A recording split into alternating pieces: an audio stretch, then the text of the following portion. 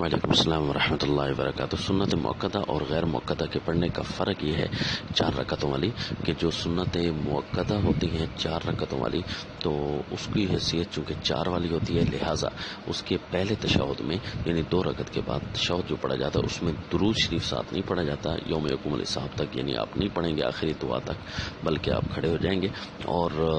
سبحانک اللہم سے نہیں شروع کریں گے، بلکہ جو ہے آپ سورہ فاتحہ سے شروع کریں گے، لیکن قرات ہر رکعت میں کریں گے، یعنی ہر رکعت میں سورہ فاتحہ کے ساتھ سورت ملانی ہوگی۔ البتہ جو سنن غیر موقدہ ہیں یعنی نوافل جن کو کہتے ہیں، ان بے شک یہ 4 ہوں یا 2 ہوں، ان کی حیثیت 2 والی ہوتی ہے، لہٰذا اس کے دوسری رکعت میں